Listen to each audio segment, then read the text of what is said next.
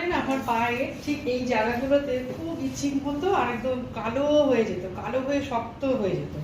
বর্ষা এলে আমার হচ্ছে এই আতঙ্ক। এটা চলতো শীতকাল পুরো, বর্ষা থেকে শীত। নিম তুলসী সাবানটা যখন আমি ইউজ করি, তো পায়ে লাগালাম, পায়ে সাবান লাগালে ভয় পেতাম, কেন সাবান দেওয়ার পরেই পা আরও চুলকাতো।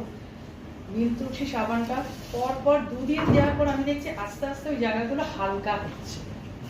এখন বলতে গেলে ওটা কিচ্ছু নেই, মানে আমি এখন নিজের পা দেখে ভাবি যে এটা কি আমার কোনোদিন ছিল। সেই কালো ভাবটাও নেই, ইচিংও নেই।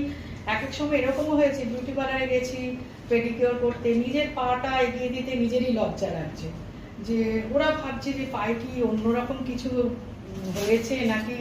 কিন্তু সেই পাটা এখন আমি নিম তুলসী ব্যবহার করে একদম, তুমি পাটা দেখতে চাইছো, পা বলে কথা